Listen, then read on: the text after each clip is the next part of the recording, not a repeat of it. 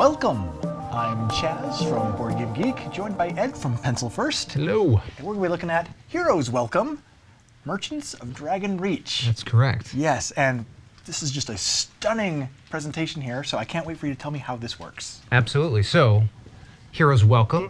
This is Dragon Reach. Okay. And we are the Goblin Merchants. Excellent. And so the heroes will be in the dungeon. They'll wake their way through the dungeon and come back to town with all their loot. Okay. And so each hero is represented here with the loot that they've come back with. Okay. And one of the things about this game is it's fun. So we've got Fire Dragon Tears, Headband of Hair Control, the Natural 20, Bracers of Apathy, and a whole lot of fun within the game. But what we're going to be doing is they're going to come to town and then we want to buy their goods from them. Oh, yes. And so, because we're merchants, right? That's what we do. And so none of these are going to be closed when they come back. Okay. They're all ready to go, set it aside. Ready for business. And then we're going to take turns moving them to different shops in order to buy their goods. So I can move them to the peddler, and we're going to say, this will let me pay one to anyone to buy one of their goods, any one of their goods. Okay. So I have some money on me, and I'm going to say, all right, I'm going to buy this ring. Cool. They're happy, we're happy, works well. We close that shop. So then we're going to continue to progress around and eventually just buy all their stuff. Okay. And we're going to give them all this money. That's good for business. Yeah, but after we do that, we're then going to sell them some services. Oh, of course. You know, the provisioner, maybe they want to buy some potions, and you know, we're going to get all that money back. Oh, well, And that's so good what for we're going to business. do is, exactly, we are going to leave them broke and ready for adventure, and they're going to head back out. At the same time, we're going to take those goods and we're just going to smelt them down a little bit. And we're going to look at some of these other eager customers that we have over here, these monsters who are looking for some weapons because they're going into these dungeons. And so we have a demon imp looking for a shiv. We have the orc archer looking for a bow, and we're going to service these customers. So we're kind of just running the entire economy. Yeah, you might call us, you know, goblin arms dealers, but it's fine. We own Dragon Reach.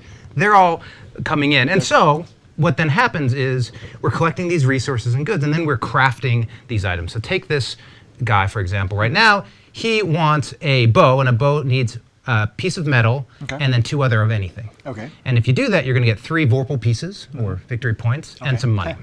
Okay. Yeah. And so, you know, I might say, okay, well, I've changed these 2 items, the Natural 20 and Fire Dragon Tears. Who cares? They're just shards.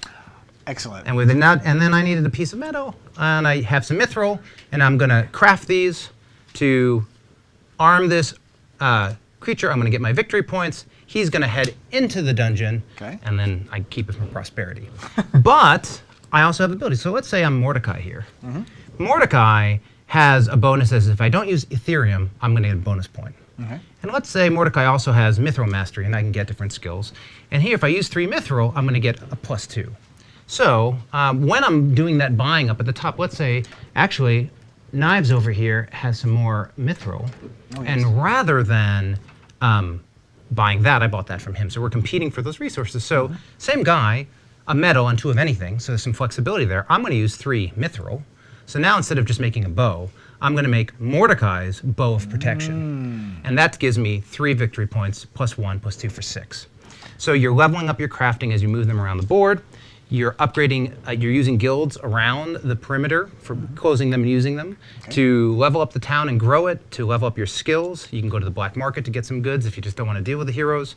You also have scam cards, which let you open up shops. You can put some free samples out and move them around. You can have you know, can put a gone fishing sign up somewhere to close a shop that you don't want somebody else to use, and generally speaking, manipulate. Okay. Yes, and that's the perfect word for it. There's lots of manipulation going on here. It's a blast to play. It sort of has this sort of reverse action selection where you're closing down spots as you go, but it's based on where the heroes are. Yeah. So you don't have an infinite number of choices. You have sort of proximity choices. And then when you're ready to send them back, one, you're going to say, I want to send the heroes back. I'm done. Send them back. But then I might be like, you know, I still want that, and what is it? The off-white lotus. And I'm going to say, you know what? I'm just going to bribe you. You take this. They're going to stay, and I want to buy that from them. And then we continue until we're all like, yeah, let's send them back. So let's say there's some more well-armed enemies in there. These then turn out, we find out who defeats them. Looks like Knives had a good dungeon crawl, as did Moonbeam and Olaf. And then when they come back, we're going to give goods based on their level. And if we sold them potions, they'd be level up as well, and we just rinse, repeat, and profit. really elegant way of reseeding the heroes there. Yeah, exactly. Very nice. Really thematic, lots of fun. Just plays in about 60 to 90 minutes, 2 to 5 players, and it's just been a blast. I just feel like, yeah, I'd like to say everything in here just seems like that gives the players an opportunity to try and manipulate what's going on to their advantage. That's really nice. Where this is a gorgeous presentation. Where is it in its production? Yeah, so this has reached Kickstarter backers last week and this week. There's still some people getting it in far off places, but it's getting there. Okay. And this should be available at retail beginning of April. Sounds great. Heroes welcome, the Merchants of Dragon Reach. Thank you, Ed, for sharing it with us. And if you want to, reach out to your local store and try and find it. Yeah, thanks.